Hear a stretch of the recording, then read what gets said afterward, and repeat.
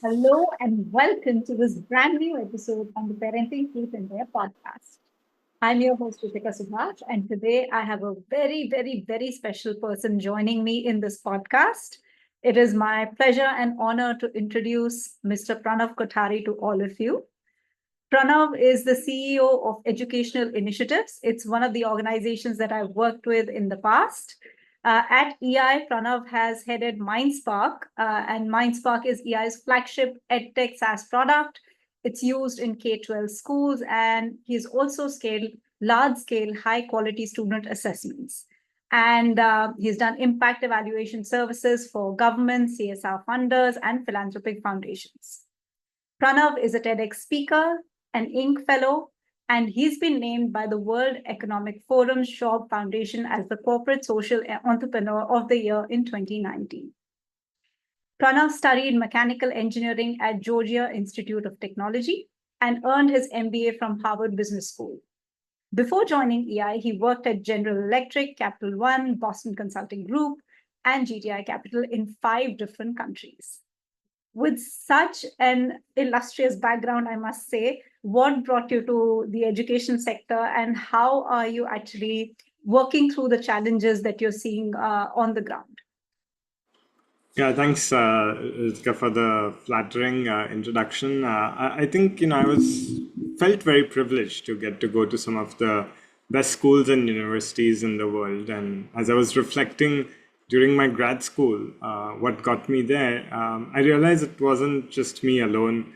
Of course, people attribute things to hard work and sincerity, but let's say that also is a seed sown by usually parents, elders. But the answer was a lot of support, mentorship, advisory, a lot of love, empathy that allowed me to get such a good education. And I felt the best use of my education would be to be a support system for others to get a good education. It didn't make sense to pay it back. It made more sense to pay it forward. And that's how sort of I looked at it. Yeah. So those were the reasons why I joined this. So I remember, actually, Pranav, I remember our very first conversation because both of us had joined AI around the same time. And at that point, you mentioned that you had probably taken about a year, maybe a little more, a little less, to go around the country, visit different organizations, make your decision very wisely and, patiently as to where you wanted to invest your time. Now, to me, that was quite an anomaly in the sense that, at least in India, taking a year off and deciding what you want to do is not something that a lot of families encourage. So, was that a struggle, or was that understood by your family very well, and that was something that was taken up very well, or was there any struggle? Of course, every parent wants their child to thrive and not see them unemployed. So, out of love, it was a struggle for me. I think, initially, I was trying to open a school, and did everything from trying to find teachers, principal, land, funding, things of that nature. The dream was to open a school where children from different economic strata would come and people would pay fees differently based on their parental income. But everybody would get the same quality of education. After 4 months of doing this, I couldn't convince enough parents. While I was able to raise the funding, it came with strings attached. And I never found a co-founder who, I thought would complement my skills. So then just cold called people. I concocted email addresses and wrote to people saying, this is who I am, this is my interest area. Of course, I didn't have the E of education. I didn't have any formal training or teaching experience. But yeah, anybody who replied, I took the train, spent a few days on the ground where they were working, and just based on first principles did that. Eventually, I had 3 offers, and I joined EI amongst them. It was a pretty painful process for both me and the family, but I think it stemmed from this desire to sort of feel fulfilled across multiple things, of course, wanting to make an impact, but also find something that's economically sustaining for the long term. I knew this wasn't a 1 or 2 year fellowship. I knew I wanted to do this for the long term. So between, finding purposeful work, finding something that paid the bills, finding something that made a positive impact, and the people who I would work with were the final filters that allowed me to choose this. Yeah. Yeah, and from that day till now, I think what a journey it has been. I think I almost remember when I got to know that you started heading AI, I jumped from my seat and I was like, oh my God, this is just so right. You're so the right person for it because you've really chosen it because you must have heard, I mean, this is very commonly spoken about in the education sector that teachers, a majority of teachers don't come into teaching for the love of it. They come for either the perks of limited hours or, whatever it is, it's considered the go-to thing for women to do. And similarly, EdTech, I would say, or education sector, I would say per se, is not really thought of as the thing for males to get into because, of course, the pay is not as good as maybe in your previous companies, BCG, some of the top paying consulting firms you've worked with. So I think the fact that you made those conscious choices has also enhanced the amount that you have contributed to the organization and to the impact at large. But I want to take a step back and ask you, was there a pivotal moment that made you do this? So, for example, for me, I also worked in the US, not as long as you, perhaps, but 3 or 4 years I was there. And when I came back to India, I decided I did not want to continue in the healthcare IT sector or in the IT sector as such. And one of the things in my conversations with my extended family members and nieces and nephews at that time was I could see that they're still going through the motions, right? They're simply dragging themselves out of the bed, going to the school, memorizing things, regurgitating it in exams. So it was just sort of, I mean, it didn't feel nice that that was still the case while I had those 10 years now of experience and exposure into the world.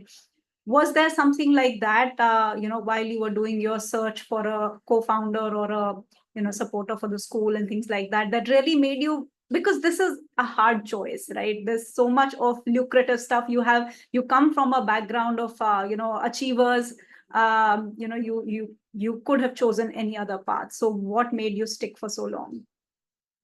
Thanks. I mean, we are the privileged ones who sometimes have a choice and make it. So, I'm grateful for that. But I think some pivotal moments were running Mindspark centers with you, Ritika, in Delhi. I think I sort of grew up in a upper middle class, but I guess relatively insulated from harsh realities or poverty. So when I came back and when we were running the Mindspark centers together in Delhi, it was the first time I was walking the lanes of Sangam Vihar and Chhatarpur Gaon and Tekhand, and in rain, shine, knee deep water or 43 degrees, knocking on parents' doors, getting to see the insides of their homes, getting to see their daily challenges of water, food. I think that had a Step back. profound. For our listeners, can you just elaborate in a few words what the Mindspark Centers project was? So in 2012, EI started in urban slums of Delhi, a center which had about 20 to 30 computers. Think of this as 600 square feet in a basement of mostly unauthorized properties. So children could just come to learn language, math, Hindi and maths in Hindi and English as a second language through a computer-based program called Mindspark. So they would come after school or before school for about an hour and a half to sort of help them catch up to grade level Hindi, maths, and English. This was both computer-based software called Mindspark that would do it. We also had some human instructors who would facilitate small group instructions. Yeah. So in that journey, this was a subscription model, and Ritika, me, and a team would recruit parents, convince them to pay us somewhere between 50, 100, 200 rupees a month to allow their children to get access. And I remember Gaurav when he first came, and he didn't even know, he had never seen technology before. There was no TV even in his home. Mobile phones weren't common at that time. And so he came and I had to teach him how to double click. And double click is hard, right? It's either 2 clicks or it's one long click, but double click is really hard on a mouse. And so, as he was holding the mouse, I had to keep my hand on top of his hand to help him, his index finger to double click. And that almost felt like a electric sensation, as maybe certain dopamine rushes of helping someone came through. But I saw Gaurav every month, and within a year he was doing division. I also remember Poonam, who basically couldn't read a letter and was stuttering, and eventually within a year was reading. And I think those had they sort of allowed the anchor to go deep, right? So the reason after 12 years I'm still here is because those are very intimate moments where I saw the impact of a work firsthand. And that sort of helped become a convert that, this is worth doing. And I usually now recommend to people to build your own conviction first. Don't be a fence sitter. Like, decide this is the next best thing since sliced bread, or decide that this might be, or go find what that might be for you. I feel there are disproportionate returns to depth, right? So if you are there in one place for a long time, you pick up many nuances, and your ability to add value goes up, and it becomes a virtuous cycle. I'm of course very grateful to EI to pick me as the first, non-founder, non-shareholder, non-family member as a CEO, and to give me multiple opportunities to grow. And in that sense, I got lucky. But I think any opportunity that you get, if you sort of have built first-hand experience on the ground working with students, that is likely to help you sort of stay the long course on this. Yes. So, for the listeners, can you give them some perspective as to what has your impact been on the government school side of the sector of education versus the private school as well? Because you really, really sort of touch so many lives, just putting some numbers, some idea of people to understand how many states, how many cities, what has the impact been like? Impact's a loaded word. I normally hesitate to say. I think at best we can, have a small attribution. Otherwise, there are so many things that need to be there. EI, what I enjoy at EI is that we serve both ends of the pyramid, right? There are some of the richest private schools, like in Delhi, the Sri Rams, Vasant Valley, a cathedral campion in Bombay, and many such iconic schools, about the top 1,000 schools across country. We worked with them for 20 years plus. And that's sort of heartening to make a difference to students who have most means. But we also work with more than 500,000 students annually. So cumulatively over 20 years, that would be in excess of 10 million students who have either used our assessment or learning program. We're now doing this in 10 Indian languages. So Mindspark is not only in English, Hindi, Gujarati, Tamil, Telugu, but it's also in Odia, Punjabi, Urdu, catering to a large population in India. All of this work is with the schools, through the teacher, as part of the timetable, aligned to the curriculum, approved by the SCRT. So in a way, we are wanting to improve the system from within and not create a parallel structure outside of that. But yeah, on a given day, 500,000 students probably learn through EI products. It still feels small when a country that has 300 million students who go to school every day. But I'm hoping others can, be inspired, copy some of the best practices, and together we can see a world where children are learning with understanding. Yeah. So just for clarity, Mindspark is primarily a mathematics learning platform. When I was with EI, Mindspark was largely in English, and then for him in Hindi. So maths in Hindi for the underprivileged children. And then now it is in so many different languages. So the idea being the crux of the idea being that EI is helping children build a lasting love for mathematics and overcome their apprehensions and anxiety about it. So it's similar to what I do with my program, which is Manga High, but it is also of a different scale. So I think I feel now that you have experienced both these, the private sector integration of EdTech and the government sector, if you were to choose between one or the other in terms of, okay, you don't like the word impact, let's say influence, where do you say EdTech has most influence in? Is it dependent on any segment of students and learners, any socioeconomic background, or is it just agnostic and it helps all across the board? A great question. In fact, there's a lot of debate on this because people keep asking if edtech is, accelerating the digital divide. But I think edtech is the only way to close the divide. And we've been part of numerous third-party studies. We've undergone randomized control trials and impact evaluations by JPAL and ID Insight, both in the high income and low income, boys and girls, rural, urban, tribal, India predominantly, but also a little bit work in South Africa and UAE. And what they have found is that regardless of these characteristics, learning impact is a function of time spent on the software. So they have found that, linear correlation between students, regardless of where they started out. So you could be the brightest kid in the class, you could be the kid who needs the most support, compared to the control group. Children are learning about 2 to 3 times more. So, I mean, I think what EdTech can do when it's, adaptive, it's personalized, it's based on pedagogy research, it's contextualized to their language of choice, the data is being used to influence pathways. In such settings, EdTech can actually improve learning for each and every student. And that's across multiple cuts to the data that we see. So, yeah, it really is beautiful when it works well, that it can work across different socioeconomic strata. What we realized, Ritika, also is that, let's say, to improve your scores in maths, a lot of maths is also about reading the question, right? So we actually added a reading program in those 10 Indian languages as well.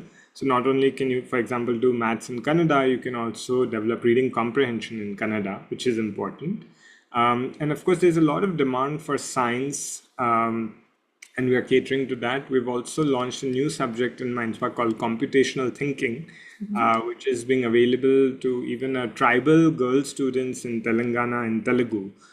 These are all important subjects. Of course, if I were to rank order, I would say reading and math would be at the very top. And because once you have developed the ability to read with meaning and have a basic sense of quant, your performance in other language, other subjects would also go up. So yeah, I'm a big fan of EdTech. I think, for 50, 75, 100 years, we have done education only with humans. But I think man and machine together can do more than either of them alone can. And so I think the role of technology is to help teachers achieve their intent of every child learning. And it can be a great digital assistant to a human teacher. Yeah, absolutely. Well, I have no reason to disagree with that. But I mean, the reason I've stuck with the edtech sector for so long is because I know that there is merit in this. Of course, to use it mindfully and consciously, and not, look at it as a replacement or something which doesn't require any human intervention. And actually, that brings me to my next reflection and question and thought. I'm just taking a pivot here. I'm talking about some lessons in this journey, right? So as I think to my Mindspark centers, the journey. And I always say, wherever I speak, I always say that in my entire career of wherever I worked, these 2 to 3 years that I worked in the Mindspark centers have been the most impactful. And I can use impact for myself, right? Because they were impactful and influential in my life. Just like you, I had never stepped foot in a slum before this experience. And I remember vividly you taking me through the space and, me deciding, because I don't know if you know, but when you sort of offered me the role with the Mindspark Centers, it was the same time that my Manga High's CEO offered me a role as well. So it was a choice between the two. And I decided to go with Mindspark Centers only after meeting you, after our conversation and our walk through Sangam Vihar and all of that area. Even though the pay was not as good, but I thought this is something that I've never done. I don't know if I'll ever get the opportunity to do it again. And I'm so glad that I made that decision. And as I think back, there are a few lessons that came my way through that experience. And one being very, very critical to what we're talking about, the human aspect. So as part of the role that I had as a project manager, one of the roles that I had was to ensure that people are performing, the mentors who we hire are helping children correctly, and the hiring and the firing was part of my role. And I remember one time I had fired a mentor because she was really not, after repeated interventions, not being able to teach the correct concept, like her math concepts were not clear herself, so it didn't make sense for her to continue. But the very next day, when I went to the center, the kids came to me and asked me, "Where is that Didi?" And I said, "Well, she won't be returning anymore, and there'll be somebody new." And the children were absolutely devastated, and they were looking at me like I was some evil person to have taken away the company of the Didi, because they really loved her presence, right? So that human component is so important, and that's what I got to know in that experience. So I think, I'm sure in your journey you've had many more such aha moments. Any that you would like to share for the benefits, because many of our listeners Yes. are parents and educators as well. Yeah, I know. Very similar setting, while running the centers, I thought that, oh, the children must be loving MindSpark because it's a computer-based software. And it was a big deal in sort of 2012 and also in the settings that we were. So, as some students came in, I sort of put on a thing and asked, okay, tell me, why do you come to the centers? And I was, just waiting for them to say, oh, MindSpark is so lovely and we love the computer-based games. And they said, यहाँ पे भैया बहुत मजे कराते हैं और दीदी है ना बहुत प्यार से पढ़ाती है. And of course, I was taken aback because your pride got hurt, and because I thought like tech solves all problems. But it was such a great reminder that everybody has a role to play. I mean, the students were coming back because of their affiliation and the human connect with the teachers that we had employed. Yeah. It's a completely different matter that a lot of their learning was perhaps through the software. But if the teachers did not attract the students to the center, was no learning, right? And on the basis of this feedback, we increased the computer to non-computer time to make it 45 minutes each. We sort of help students in their homework and other small group things, or even enable peer learning, or even the fun picnics that we occasionally did. So I think for me it was a huge lesson that there's a very important role of the human. Now, we will not have 9 million great teachers in India like the ones that you and I sort of had when we were in school. That's unlikely to happen given the decreasing quality of human capability and as well as those entering the teaching profession. But I think what technology can do is take the available quality of teachers and make them 20, 30, 50% better by sort of giving them the data, giving them sort of coaching support, but also enabling their children's learning outcomes to double or triple through the use of the software cleverly, right? So I think in a well integrated system where a high performing teacher is actually looking at the data and deciding what to help with each child or small groups of children. A medium performing teacher is sort of just enabling this to happen. And even a low performing teacher is sort of complementing what he or she does in the blackboard along with the software. So I think it helps all teachers sort of get better than what they are doing now. But I think the role of the human, both as a teacher to a, or let's say an adult, whether it could be a parent to a student, but I would also say a student to a student, right? Subsequently, we started putting two students on one computer when we were short of computers in like a Himachal government school. And we found just the fact that they were talking to each other helped shy kids to learn. It helped, children who just needed a bit of a push to do. So, given that we are having more single child families and more nuclear families, even if children study together, converse with each other, it's not like that they are only having fun. There's a huge positive effect on learning as well. Yeah, I mean, for the one who's, let's say, between the two, one is is better off in that particular topic, their mathematical vocabulary will increase when they teach the same topic, and they revise their own concept, and the other one feels that there's somebody who's my peer, I need not be afraid of them, and I can sort of basically learn from them. And I think we've all done that. At least I've done that in my life.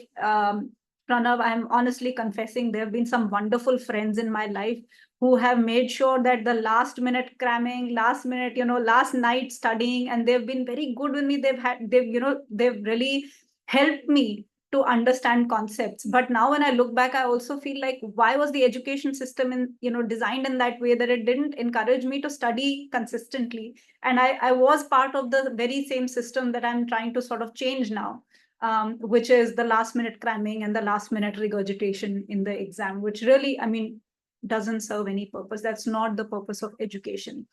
So now let's pivot to your personal side. I must congratulate you. You're a new parent, and you're on the Parenting Truth and Dare podcast. So tell us a little bit about that journey, now that you have um, so much of background in education. So do you feel now all of that is helping, or somewhere that burden of knowledge is also coming because you know so much, so you want to do everything right? What's it like? Well, if you talk to my wife, like she had just assumed that because I'd worked for a decade in the education sector, she wouldn't have to worry about our child's education and she can just take care of other important functions like food and sleep. But she is failing me right now for how little of learning and development I'm doing. First of all, I think I mean, Anika is only a year old. So I think the 0 to 4 years is a very different type of learning, right? They are learning by seeing, by sort of just absorbing. And I think at this point, the emphasis is on providing exposure. The emphasis is on like sort of learning month by month. They change so much, right? And there are different skills that you have to do. So I'm reading books. It's my foundational literacy and numeracy as well. Yeah. And yeah, I think just perhaps the one thing that I think everyone has universally recommended is reading to your child. And so I'm picking up many storybooks. Ritika, you've written quite a few. And I'm discovering that even children's books can teach you so much. I mean, recently I saw a child's book. It was titled The Path of Later On, but it was a story about the downfalls of procrastination. And since that day, I've just been like, do not say tomorrow later on. So I feel like in this journey, both Anika and I are on the steep slope of the learning curve. Well, I I a copy of the book. Can you repeat the title again? Yeah, it's actually by the Aurobindo Press. I picked it up in Auroville. It's Mhm. called The Path of Later On, as in there's always more time later on. And it's the original story is by the mother. But I'll check who the actual author is and I'll WhatsApp you the Yeah. name. But no, I'm not a person who wants to do everything. I guess, on the lazier side once I reach home. I'm largely focusing on playing with her through toys and reading stories. That's the extent of what I'm doing. But there's some very good books. If someone was interested, there's this book which has, for the first 5 years of their child's life, a week by week suggestion on what activity to do with the kid using household items. Mhm. And then there's this Dr. Spock's book. So there are a couple. Maybe I'll send you all the names. You Yeah, can put it in we'll the add show it to notes. the resources below your video. I think one thing which I've come to realize, and this is true for work, business, home, everything, is that your roots determine your fruits, right? So if you think the roots of a good household is a harmonious family, a culture of reading, a culture of looking people in the eye and talking to them and not looking at a device while talking to other people. I'm just saying these are some of the things. So when these roots are in place, you have to be patient, right? I mean, parenting is, I think it should be renamed as patienting or something, because you have to be patient in this journey of parenting. By the way, I just made it up.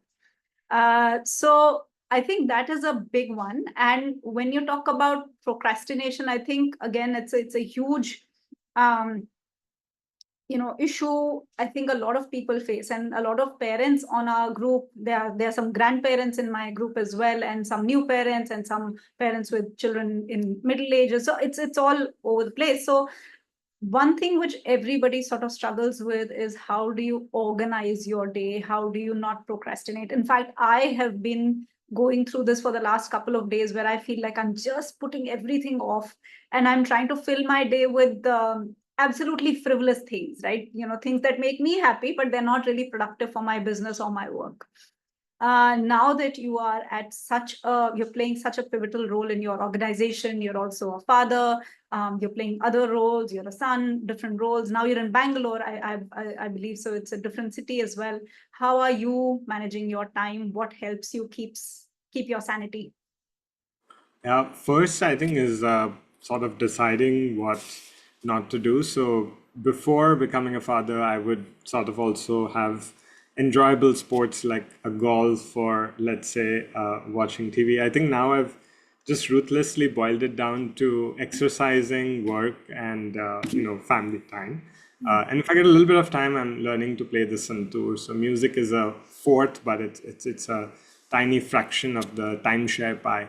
I would say, I mean, I guess airlines keep saying, right? Put on your oxygen mask before your child. And many of us are aghast at the thought, but I feel like exercising, keeping in good health is super important because if you have to be a caregiver, you need to sort of take care. So that's one thing in the morning. I don't miss an hour of it. Could be yoga, the gym, swimming, running. It could be anything, but at least that 1 hour is sacrosanct. I think now that you have sort of, let's say, and of course, Ritika, at our levels in leadership, it's impossible to fix a 9 to 5, Monday to Friday schedule. But I think my definition has become work-life integration, where there are, no boundaries either which way. So if I need to take Anika to a doctor on Wednesday at 2 p.m., I'm there for that. And if on Sunday at 2 p.m. A team member needs me urgently, I'm there for that. So I'm just largely prioritizing time to where the absolute need is. And then I think once you have limited time, I think automatically you want to do the big rocks. You want to do the stuff that moves the needle on outcomes, whether it's business goals or personal goals. I've cut out all TV. I've cut out all passive forms of reception. So if I'm at home, it's time with my wife and daughter.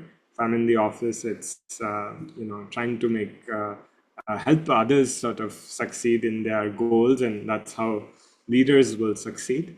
But yeah, just anytime something comes up, I run it through this framework.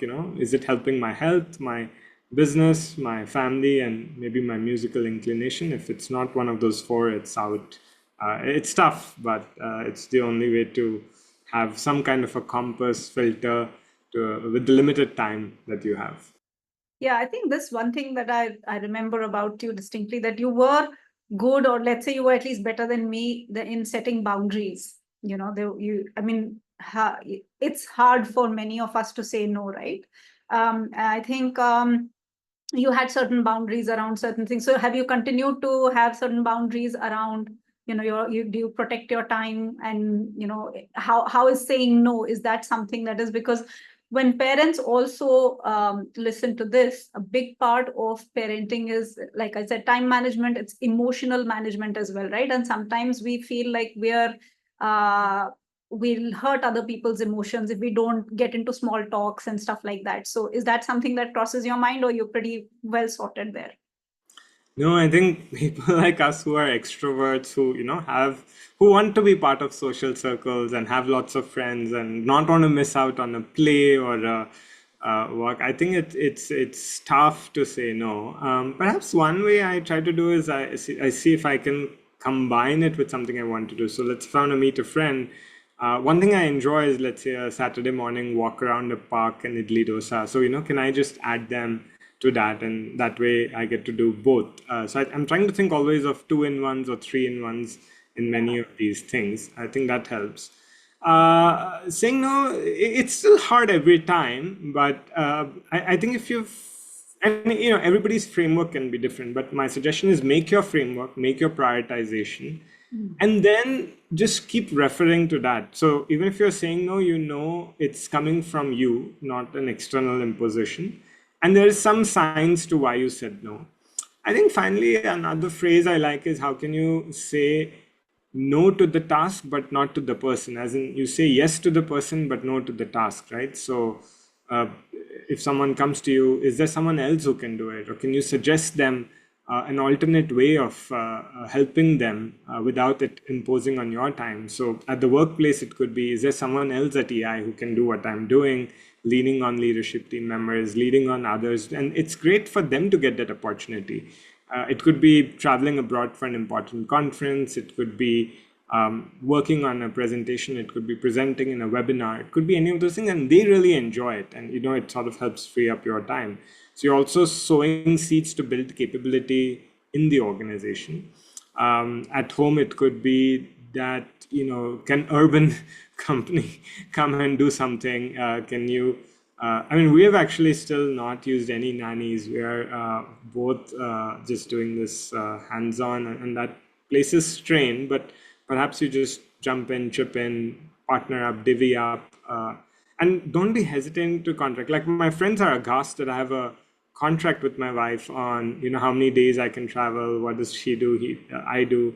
But I'm saying it's okay if it's in black and white. It just helps prevent an argument saying, "Par aapne to bola tha." It's just I love Excel. I love email. I Okay, love parents, documentation. take notes. Take notes here. You can make contracts with your spouses as long as it's mutually agreeable to both of you, and it doesn't feel like where is this coming out of. So it's fine. Like whatever works, right? Every family is different. This is what I keep saying again and again. It's not like I am nobody's parent. I'm no parenting expert, right? I don't think anybody can be an expert at this, right? You can only sort of go with certain fundamentals, and that is what you're talking about, right? If it works for you to have that clarity, so nobody's sort of saying this is your thing to do, and you know yeah, makes sense. Yeah, and you can have versions, right? So the original contract we drew up, we now are on version 3, but each round is a negotiation, and it's perfectly fine because you fall back on something that's written, and then there are smaller hacks like on WhatsApp. We have me and my wife. It's just the two of us. We were on like 4 different groups, right? Like one is called travel, where Hmm. if we have a travel idea, we put it there. Hmm. Second one is like on quotes of the day. A third one is on baby tips we've gotten. Fourth quote. So, anyways, it's So perfectly just the okay. two of you on that group. Yeah, but it's just like makes it easier that between the two of you to trace through across topics. You can just have groups that are theme based. Like for example, we are trying to do one travel trip every month with Anika. Yeah. It could be as simple as a 2-hour drive, on the outskirts of Bangalore to something, let's say, more involved, like a trip to Goa. But you get travel ideas, so you just keep forwarding to the travel WhatsApp group, right? It's just between the two of you, but it's just a way of cataloging Yeah. travel ideas. I must tell the listeners, this is just the tip of the iceberg. This man is full of these systems and frameworks and ideas. And I think your life is a testimony to how you're making it work in your personal life as well. From a professional point of view, of course, everybody has seen your journey. What I wanted people to see is your personal journey, and you're such a systems person. In fact, it brings me to this question. In this conversation that we've just had, you've talked about systems and frameworks. You've talked about effective communication. You've talked about negotiation, right? Amongst all of these things, at least these three sort of came to me. I feel all of these should be part of a regular education system or curriculum. Now, whether it's you or me, we are still sort of working within the system where we are working with the subjects and the kind of syllabus that is there in the school, sometimes even catering to the school's textbooks and creating content accordingly. Do you still feel that that is not the whole picture and there needs to be more work in terms of integrating real life skills, that maybe somebody doesn't have to go to US and have a degree from Harvard to actually understand? Maybe an Indian school, a regular Indian school, can actually teach those skills as well? Yeah, absolutely. I think curiosity is a skill that I would encourage. I mean, we are all innately curious. I mean, from the olden times, they were curious about different shrubs and animals and places. I mean, you have this whole history of, European explorers curious about other lands. I mean, I guess closer to home, you'll see babies are insanely curious and they're trying to taste everything and touch everything. So I think how do we keep that curiosity alive by doing field experiments, trips to the park, trips in nature, things of that nature would be one. I think as GPT-4 and more tech is going to come, interpersonal collaboration is going to be hugely important. I see a lot of kids today do not share, do not know how to work with each other. I mean, not just kids, even adults at the workplace. Um, the all the easy problems that a person can do alone will get solved by the computer. What people will be remained with is solving very complex, important, impactful problems. And those types of problems don't have solutions. And for that, you need diverse minds to come together and do it. Because if a single mind can do it, chances are that GPT-4 can do it also. So I think that is an important one. I think more, whether you call it empathy, patience, calmness, because we've gotten into a world where people are on edge, whether they are driving and getting cut off, whether they are waiting 1 minute on Zoom extra. It's just festers, more volatility. And I think more meditation, more ability to be, forgiving or giving benefits of doubts is a skill. And see, all of these things, you don't need textbook curriculum, you don't need money, you just need the intent and the culture and the values, and all of this can be done at home. And as parents, I think that's the role that they can play a lot, to just role model this at home. And yeah, I mean, encourage the teachers and the principals to do it in school. Yeah, I think that's an important point with the teachers and principals, since you mentioned, of course, parents have that role to play. So again, one thing that I talk a lot to parents is that just because your child is in a school, and nowadays, I mean, you must have seen the recent news by Zoho founder who's saying that the Hyderabad schools are now charging somewhere in the vicinity of 3.5 lakhs per annum. These are the kindergarten schools, the LKG kind of age group, where it's sort of like an absurd amount. And sometimes when parents are paying that kind of money, they feel like everything should come from the school. But I think, nurturing the next generation cannot and should not be outsourced. And whatever works in the family dynamics, whether it is one person taking a backseat for a few years or the other family members chipping in, it's just something that we need to return to the culture of, it takes a village. So is that something that you also believe in? I mean, the science is very much there that the more people the child is around, the better they would off be. They'll just listen to more words, they'll listen to different languages, they will be loved and cared for by different beings. And so I think the science on that it takes a village to raise a child is very much out there. I think in terms of see on the fees that get charged by schools, I think there'll be a wide spectrum, right? You have a nano for 1 lakh rupees, and you have probably a Maybach for 1 crore, right? So you will have schools that charge 3,000 rupees, and you'll have choose schools that charge 3 lakh rupees, and they will be different products, and they will have different clientele. And let's also agree that the money will go towards different inputs, right? So I think I wouldn't get too judgmental about what school fees are, because there's a wide spectrum. In India, everybody has access to a free government public school. And then everybody, if they can also pay 20 lakhs a year for school. I think one flawed thing that I feel is people feel 3.5 lakhs is too much for primary, or let's say KG, and is justifiable for 10th standard. I'd like to say that, biologically the opposite is true. Early childhood education is far more impactful, is far more formative than 10th standard, right? So if I had to choose, let's say, if there was only one time I could spend 3 lakhs, I would sort of do it earlier than later, because the impact would be much greater early on. So I think it's a myth that, the highest paid teachers should be teaching 10th standard. The highest paid teachers should be early childhood educators. The highest amount of money should go there. The research should go there. The younger you start with the child, the more the brain is malleable, the more learning that can happen, the more sponge they are. It's kind of by grade 12, a lot of it is hardened, codified, and there's little that you can do at that time. Yeah, yeah, I think that does make a lot of sense. I think where the counter argument is that, at least in the early years, the child must be spending they should be spending a lot of time with their primary caregivers in that sense, as opposed to, let's say, an unknown environment, which also research says that can breed certain kind of fears and apprehensions if they're, and because you safety and security, all of these issues are there. So it's always it's always a choice that parents have to make based on their availability and everything.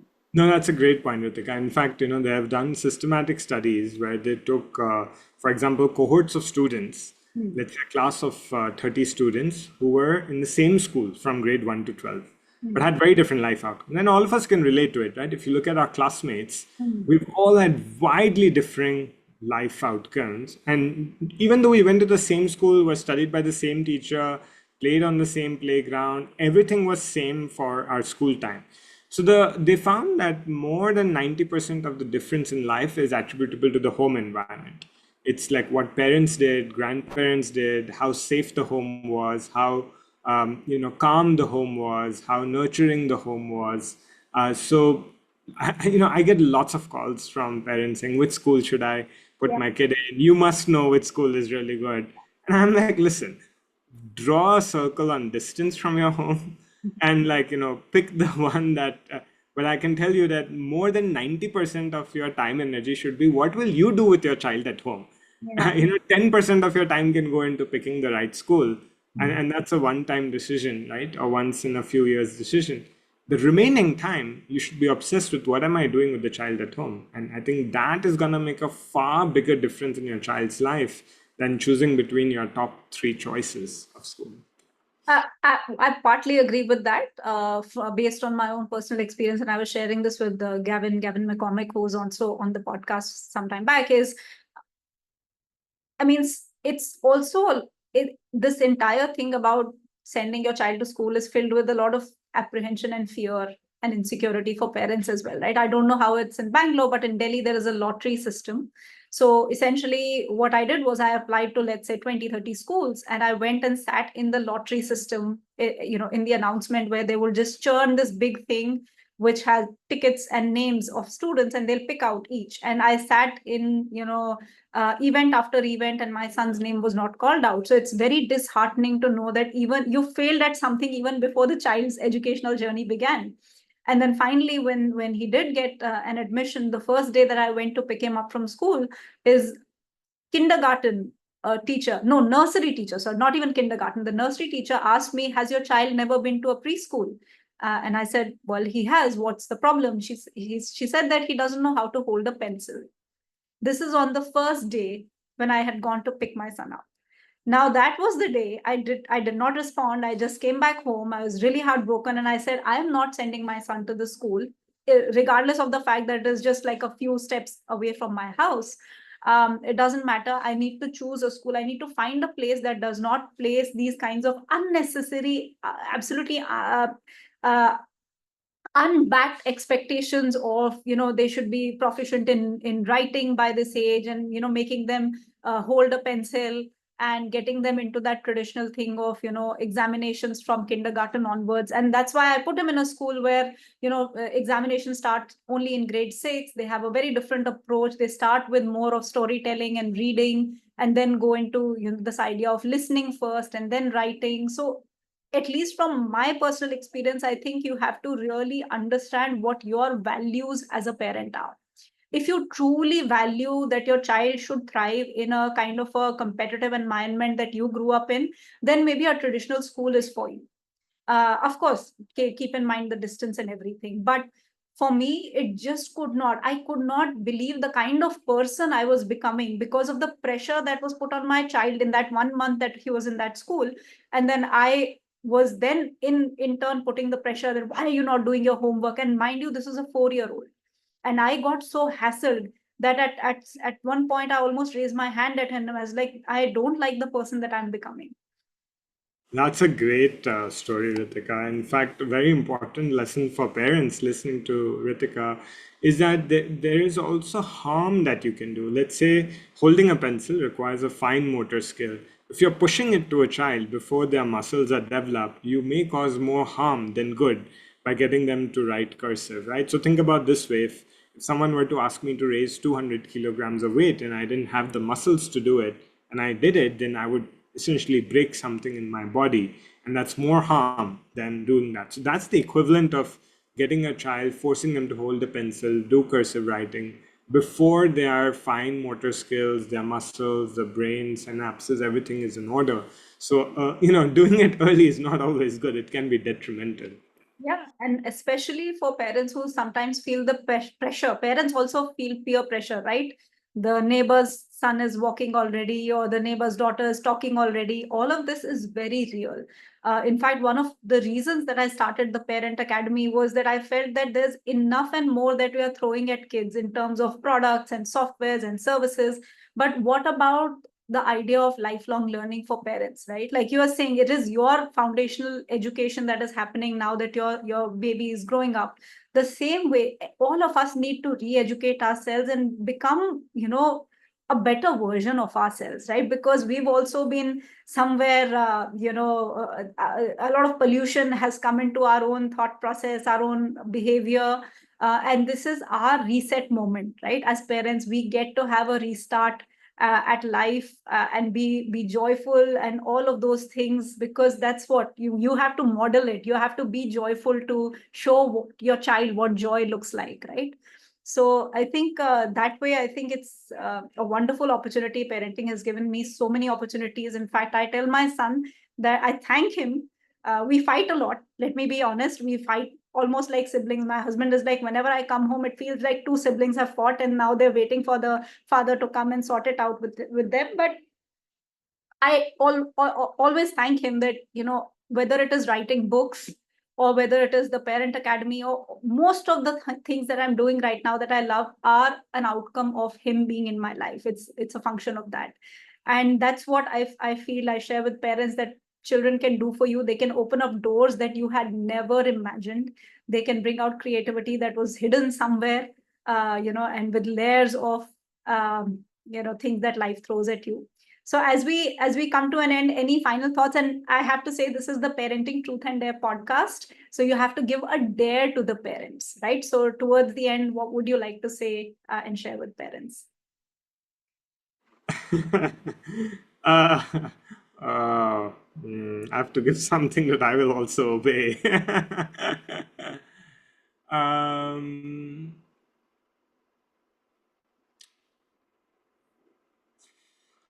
no, I guess I guess treat them as an equal would be one where treat them as an adult. I think give them the same respect and give them the same level of autonomy and perhaps decision making, and be a thought partner. Um, uh, Perhaps, yeah, I think almost like uh, not thinking bacha hai, but it's like your, I don't know, spouse or colleague or an equal. I don't know. Maybe the word that comes to mind is, can you treat your child as an equal? I mean, look into their eyes and talk to them, and just be humane and human at the same time. Maybe that. Yeah, I think maybe one more spin to that would be treat them with respect, because a lot of times we don't associate that word respect with, that's not something as adults we need to give to children. But a lot of what you said in terms of authority or decision making or autonomy, all of that comes when they find that they have a place in the home, they are respected in the house. And so love and respect, that balance, I guess.